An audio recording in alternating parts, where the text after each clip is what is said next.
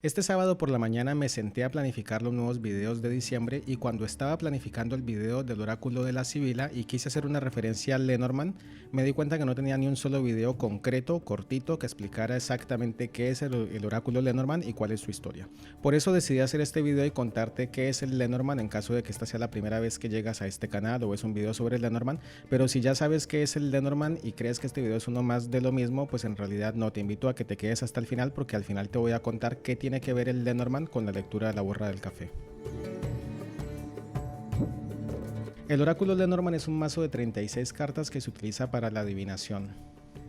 Existe el falso mito de que Mademoiselle Lenormand, la gran adivina y cartomante francesa del siglo XIX, inventó estas cartas, pero esto es una historia totalmente falsa porque sabemos que el inventor del mazo fue un empresario alemán que se llamaba Johann Caspar Hessel, que lanzó este mazo en 1799 al mercado y se trataba de un tablero de juego. Es decir, se trataba de un juego tipo como de la Oca más o menos, pero que estaba fragmentado en cartas y lo podías llevar a cualquier parte en el bolsillo. Entonces esto no era solamente una idea ingeniosa, sino que además a Hessel se le ocurrió también incluir los insertos de las barajas cotidianas de la Europa de la época, es decir que me refiero a los palos franceses, o sea la baraja francesa, y también a la baraja alemana que tiene pues sus correspondientes palos. Diseñar un mazo de cartas que sirviera como un juego de tablero, pero también como mazo tradicional de cartas para juegos populares tanto franceses como alemanes, era una jugada muy acertada desde el punto de vista comercial. Este juego de cartas se conoce como el Juego de la Esperanza, que como ya mencionaba antes lo inventó Hessel, lo sacó al mercado en 1799.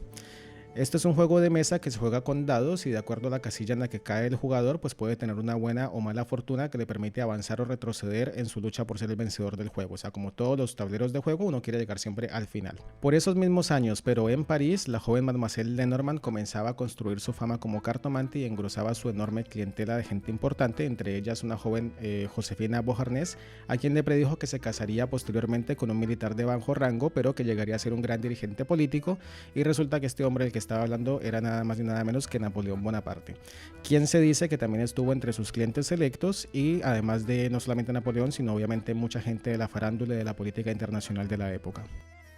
Tras la muerte de Mademoiselle Lenormand en 1843, la casa de naipes Grimaud lanzó al mercado un oráculo de 54 cartas que lleva el nombre de la famosa cartomante. Se trata del gran juego astromitológico de Mademoiselle Lenormand, que es un complejo mazo de adivinación que se basa en historias mitológicas, alquimia, astrología, lenguaje de las flores y geomancia. Como es de esperarse, es un mazo que no es apto para todo público porque obviamente requiere conocimientos de todas estas disciplinas.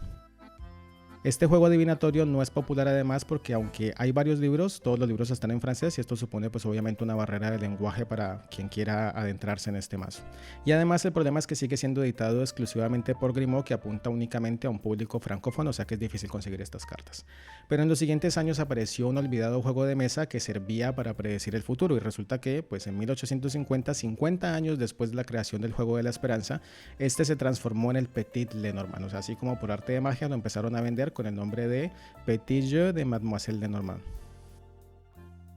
El mazo de cartas que sacó Grimaud se conoció entonces como el Gran Juego, pero este nuevo era entonces el Petit, ¿no? Este era el de 36 cartas que incluía solamente un solo dibujo central, que lo hacía mucho más fácil, que lo hacía mucho más breve, con menos cartas, y esto hizo que se hiciera pues obviamente más popular que el Gran Juego de Lenormand. En esa época todo el mundo se autoproclamaba como heredero del saber de Mademoiselle Lenormand y había un gran número de personajes que inventaban haber sido sus discípulos, sus asistentes y demás. Entre ellos un Philippe Lenormand, que fue la persona que empezó a incluir estas instrucciones adivinatorias en los mazos. Para el año 1850 todas las nuevas ediciones de Lenormand traían esa hoja de instrucciones y se había eliminado también el inserto de la baraja alemana porque obviamente la baraja francesa era la que era conocida en todo el mundo, o sea, toda una cuestión comercial. Esos significados que venían entonces en esta nueva hoja de instrucciones se basan en las reglas del juego, de la esperanza obviamente, para poder definir cuáles son las cartas positivas, negativas o neutrales en una predicción. Pero además de eso, Philippe Lenormand no solamente proporcionó los significados, sino también el método para adivinar el futuro. Entonces no era solamente las palabras clave, sino cómo hacerlo. Y eso es lo que conocemos nosotros hoy en día como el gran tablero, con el método de la distancia, que es el método más tradicional. El método de la distancia quiere decir que es una forma de tirar las cartas que determina que una carta tiene mayor o menor impacto en la vida del consultante de acuerdo a la distancia que haya entre esa carta y la carta que representa al consultante. Si quieres saber en qué consiste el método de la distancia y cómo hacer una lectura de este tipo, te dejo un enlace aquí en la casilla de aquí arriba para que puedas verlo después. Algunas cartas Lenormand sugieren movimiento, como por ejemplo la carta del jinete, la carta del barco, la carta de la cigüeña. Hay otras cartas que anuncian peligros, como la guadaña, la serpiente, y hay otras cartas que sugieren conceptos de estabilidad, como puede ser la carta de la casa, el ancla o el oso. En este video no las voy a mencionar una por una, pero si esta es tu primera vez en el canal, te recomiendo mi lista de reproducción con todos los videos, con todos los significados carta por carta. Dejo el enlace abajo en la descripción de este video para que puedas ir a esa lista de reproducción. Ahora sí vamos entonces con la parte del bonus, que es como ese extra que estaba anunciando al comienzo de este video. ¿Qué tiene que ver el Lenormand con la lectura de la borra del café? Pues resulta que una autora e investigadora del tarot y de las mancias, la gran conocida escritora Mary Greer, encontró el eslabón perdido que conecta el Lenormand con la lectura de los pozos de café.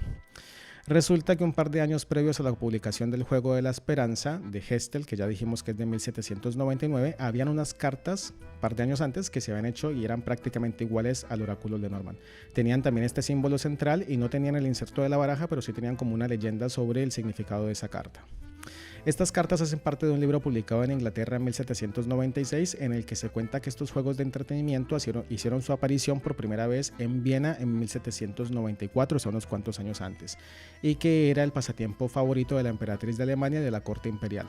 O sea que sí hay una fuente anterior al Juego de la Esperanza y se trata de un pequeño libro, como les comentaba antes, que explica cómo leer los pozos del café y expone 32 símbolos que son básicos para su interpretación. Este libro es un libro muy curioso porque no es solo un libro de adivinación como los de siempre, sino que es más bien un libro sobre un juego de diversión. El autor primero habla de la charlatanería y los peligros que suponen creer ciegamente en las predicciones de las personas que se dedican a esta labor. Menciona vagamente algunos casos en los que cuenta que alguna persona arruinó su familia o perdió su fortuna por culpa de una predicción de un adivino. Lo más curioso de todo es que el editor nos cuenta que en su más reciente viaje a Alemania en 1793 visitó un convento en el que encontró un libro supuestamente egipcio que el emperador Constantino el Grande había encontrado obviamente en Egipto en el año 320. Un detalle bien importante que aclara este editor es que en ese libro que encontró en el convento no se explica el método con café, porque los egipcios en esa época no consumían todavía café, pero sí consumían sharbat o sherbet, que es una bebida fría que se hace con hierbas, frutas y flores, que se puede tomar fermentada o no. Yo no sabía qué era esta bebida, pero al parecer, por lo que estuve investigando en Google, se trata de jugos o infusiones que dejan un sedimento en el fondo.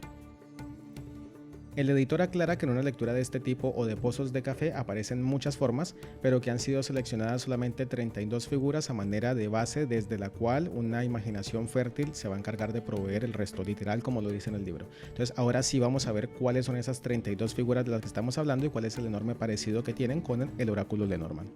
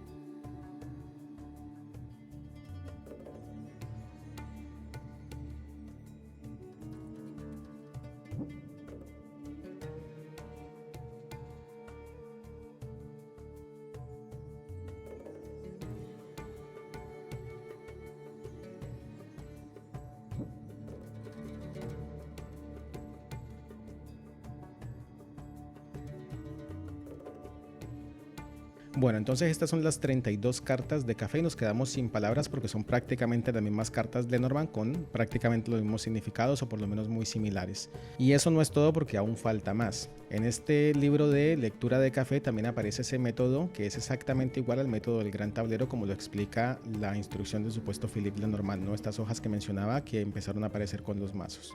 La diferencia es que en este libro de lectura del café aparecen dos ejemplos, un ejemplo para la lectura de un hombre y otra para una mujer, pero prácticamente los dos documentos son exactamente iguales. O sea, se ve que el Philippe Lenormand está directamente copiado de las instrucciones de este libro de lectura de los pozos del café y de estas 32 imágenes que aparecen en este libro. O sea que no cabe duda que las cartas de café y el oráculo Lenormand tienen una conexión súper directa, básicamente como si fueran madre e hija. Si quieres ver las cartas de café y el libro del cual estoy hablando, te voy a dejar en la parte de abajo el link a esta página de la Biblioteca Británica, que es el lugar donde se encuentran estas cartas y este libro. Te recomiendo que accedas desde una computadora porque desde el celular va a ser como súper incómodo. Así que esto es todo por ahora. Si te gusta este video, dale un like, deja tu comentario también. Si quieres, compártelo con otras personas que también tengan este mismo interés por el tarot y la cartomancia. Nos vemos pronto en el siguiente video para poder continuar con la serie del oráculo de la Sibila. Y si no viste ese primer video, entonces te dejo aquí el enlace para que te pongas el día antes de comenzar con el siguiente video, que van a ser entonces las primeras 13 cartas de esa Sibila francesa. Nos vemos entonces pronto, estamos conectados. Chao, chao, chao.